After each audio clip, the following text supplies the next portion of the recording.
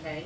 And if it's, I think the normal range right now is, the reference range is like about 300 up to about 800. So I have patients who were told, you know, your level was 350. That's okay. No, it's not. It has to be at least above 500 to keep you from having accelerated cardiovascular disease, to keep your cholesterol under control, to keep you from getting high blood pressure, from slowing down progression of degenerative joint disease. All these things that you see older men getting, they are getting it because their testosterone levels are dropping down too low and are too low. Does this make sense? What was your question? I hope you didn't forget it. Well, you were talking about those different drugs. People that you see on TV are in their 50s, they're not in their 60s or 70s. No. So they don't have that problem. One of the men at the gym recommended pine pollen. You ever heard of that? I don't. My son said it's a snake oil. Don't take it. I cannot tell you. Can you write that down and I can look it up for him and I can call you about it? Okay. I just don't know. Okay. There is a lot of stuff out there. Okay. That quote unquote has an effect. The erectile dysfunction, you're going to love this, is the last thing to go down. Okay. That's a play on words. It was, yes, very good. He's still sharp. This head's still working. Maybe this one isn't. This one's still working. Everything's working up here. Got it. Yeah. Got it.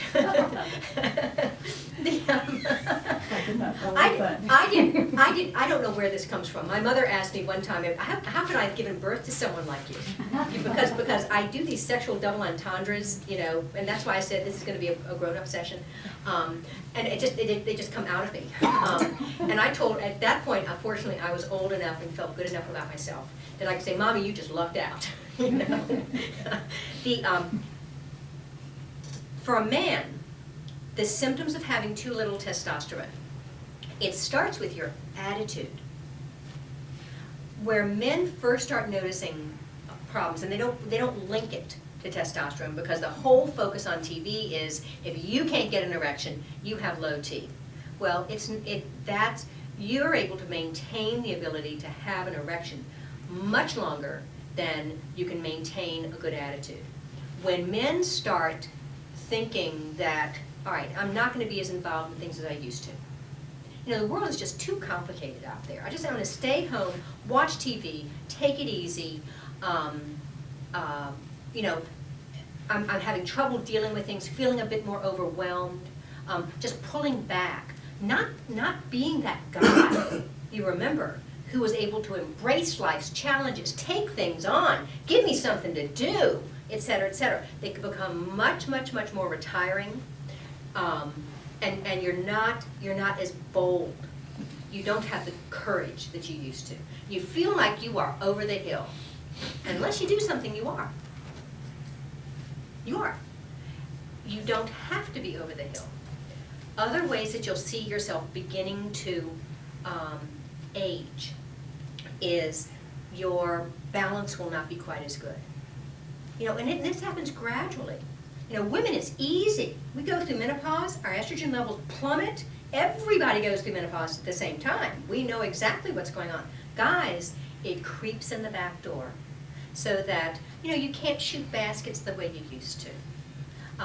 You're just kind of klutzy when you didn't used to be. Also, you are not physically as strong as you used to be. All of those are indicators of not having enough testosterone. And there are other things. Loss of hair on the lateral aspect of your calves is a sign of low testosterone. You know, eventually you lose lots more body hair. Mm-hmm. So does the maca root and the saw palmetto, and will those raise your testosterone? Is that? They're not going to raise your testosterone. No, the maca root might do it. I'm sorry, I missed that. The maca root might do it. And I'm going to be getting a product in my office that was designed by a physician down in Atlanta.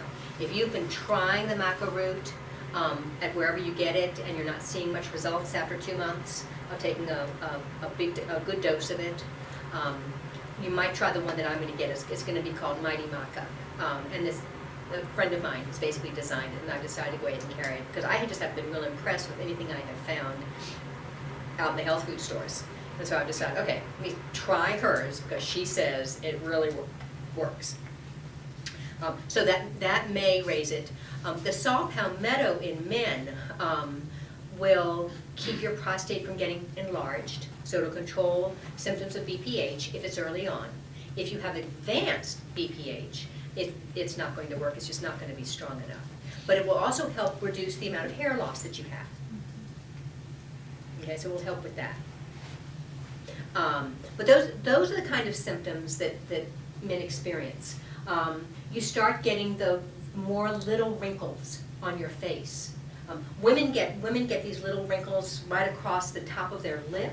Okay, that's estrogen deficiency. Also, very fine wrinkles through here is estrogen deficiency. Crow's feet is some estrogen deficiency. The fact that you see men get smaller, you see women get smaller. Some of that is lack of testosterone. Some of it is just lack of growth hormone. I mean, did any of y'all see the interviews of Jesse Helms right before he died? He was this wizened little man. This man who had been so powerful. I couldn't stand him. I disagree with everything about him, but he used to be a powerful senator. And he acted on his beliefs. He was honest. He tried to represent the people of North Carolina the way he thought was best, and I respect him for that. And then when I saw him, 20 years later, it was, oh my goodness, it was a wonderful example of how everything gets smaller because we don't have growth hormone and we don't have testosterone anymore. So you're not going to stop the aging process, but you can certainly slow it down and maintain more vitality as you get older by choosing the right kinds of supplements, using the right kinds of hormones, and get the healthiest hormones that you can. I find that, like for guys, quite honestly, the cheapest way to get testosterone is to get it in injections. You can get it for you can get 10 weeks of testosterone therapy for about $80. If you have to pay out of your pocket, that's not bad. Every single testosterone product that they bring out, for about a year, they give you coupons, and it doesn't cost too much each month. And then it goes up to over $300 for a month's supply of testosterone, which is absolutely outrageous. If your insurance is paying for it, swell. But if you're having to pay more than $80, you should talk to your doctors about using testosterone injections. That's even less expensive than what I can get creams for when I have creams compounded at different compounding pharmacies. They're going to cost more than that. Is there a good overall supplement that you recommend? So you don't have to have like the 50 different, the fish oil here and the flaxseed here and the this here? No. No. We live in way too complicated a world. If you ate several servings of ocean-based dense fish, like red snapper and mahi-mahi and sea bass and tuna and salmon that did not have any mercury in it, and you can't find that, or it didn't have any radioactivity from Fukushima, if you ate that 3 times a week, you wouldn't need the fish oil. Okay? Get as much as you can out of your food, but that means you're going to have to buy good quality food, and you have to buy organic food now, pretty much, because most of the processed food is now contaminated with genetically modified foods. And if you want to put your body under significantly increased stress, eat genetically modified foods that are absolutely laden with Roundup. And if every one of you does not go online and sign a petition that says do not pass the DARK Act, which is, shoot, I can't remember what they call it. It's basically keeping consumers in the dark. I think it's the Food Safety Act of 2015 or something outrageous like that, which is Monsanto is backing, so that they will not have to tell you if anything is genetically modified or not. if you have to know what's in your food. Because that will just, we will all get older much, much faster and much sicker along the way. So I wish there was. But, you know, as we get older, you need some calcium, not a huge amount, but you need some calcium. You need vitamin D. Can't get enough of it in any multiple vitamin. You need B vitamins every day, probably twice a day. You need minerals, not every day, probably at least twice a day, because they go through your system. Okay? When patients say, well, you know, my urine's yellow, so, you know, I'm wasting it. It's kind of like, no, you gave your body a smorgasbord of the nutrients that it needed. It didn't need these few things, so you beat them out. Okay? But it's using what you're giving it. If you don't feel differently when you take a supplement, if you don't notice a difference, then it's not the right supplement for you. It's either not strong enough, it doesn't have what is advertised on the bottle, or it's the wrong supplement. Okay, I mean, kind of the basics that I give people is I give them a good multivitamin and mineral, and usually that's going to be 4 pills a day. Okay, it's going to have some vitamin C in it also. It's going to have some antioxidants in it. I mean, you can't. I mean, there is not enough nutrients in a Centrum for a gerbil. Now that comes from Dr. David Perlmutter, okay, who wrote Grain Brain, who takes care of people who have Alzheimer's disease and other kinds of neurodegenerative disorders. It's just, most of the one-a-day multis that you can get is just not enough. Not with the toxins that we're exposed to, not with the food that has so few nutrients compared to what we used to have. You can't do it really without supplements. That was another talk. There's a magazine over there all about it. Okay, but a good multi, some vitamin D, some fish oil.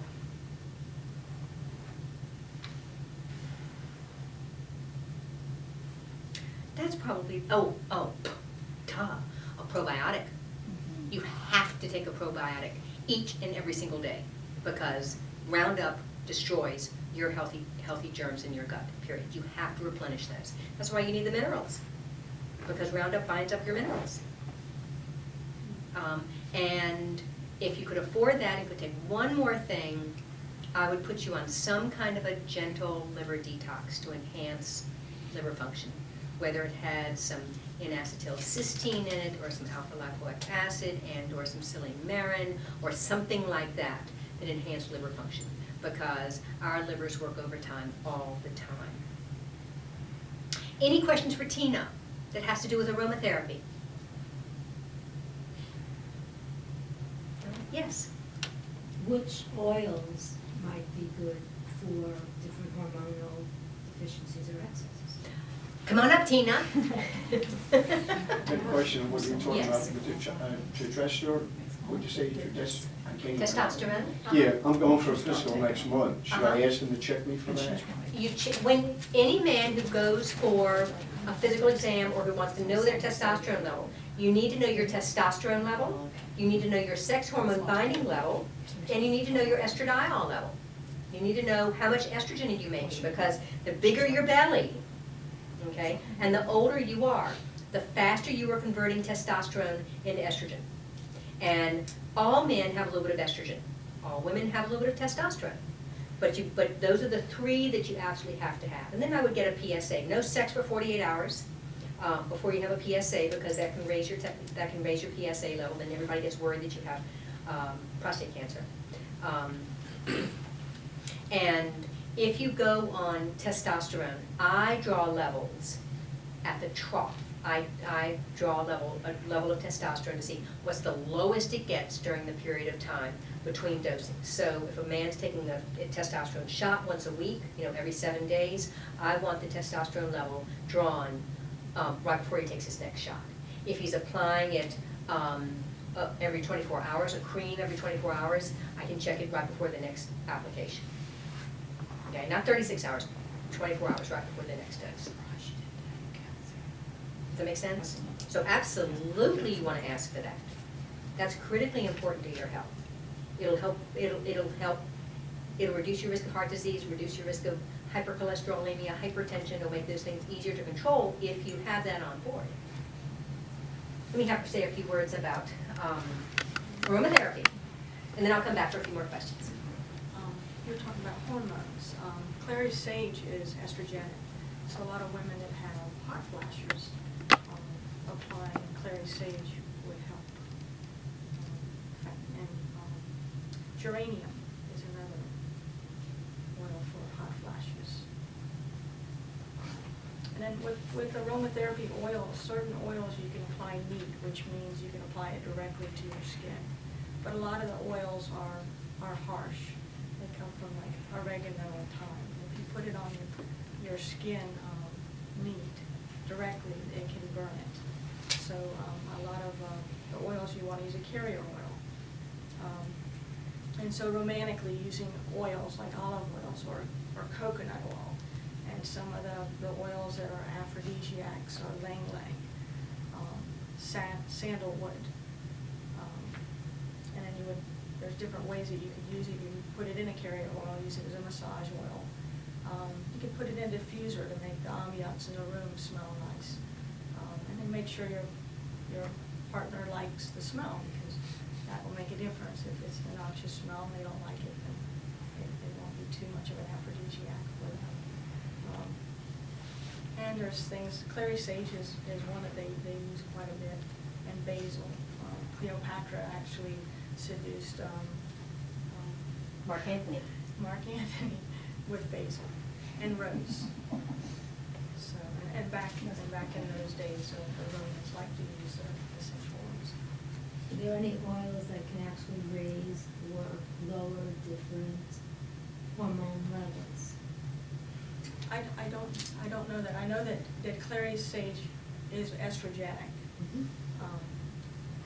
And that's about all that I know. I don't know of any that raise testosterone per se. No. There probably are out there, but I don't know what they would be.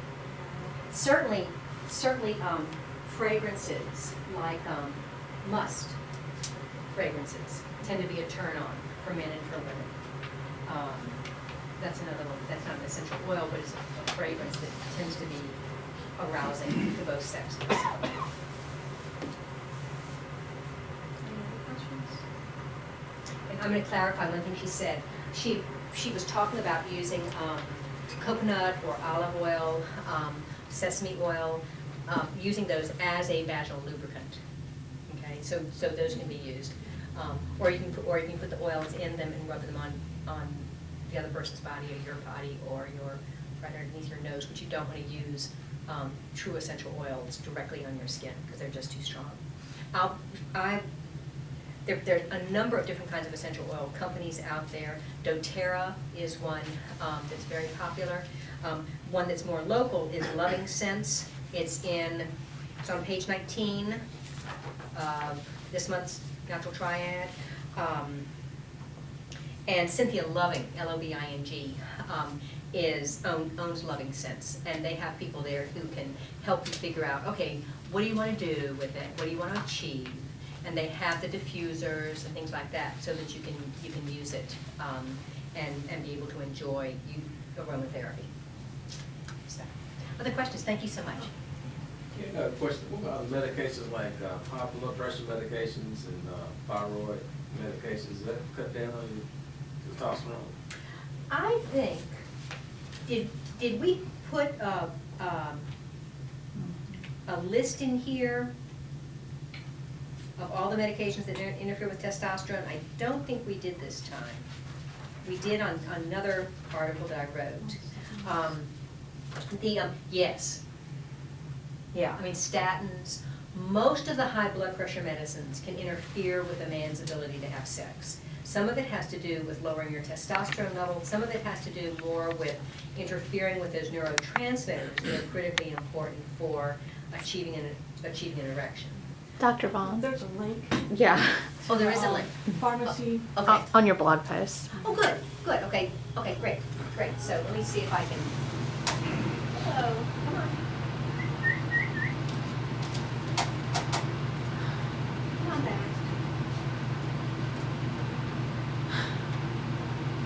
Do you know where it is, Jennifer? I sure don't. I think it's toward the end, but I'm not positive.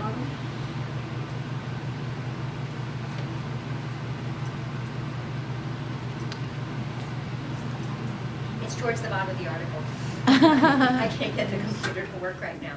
But there are many, many drugs that interfere. And I just, you have to be really direct with your physician and say, this isn't working for me. I'm not gonna take it, not long term, because this is an important part of my life. And let's see, how have I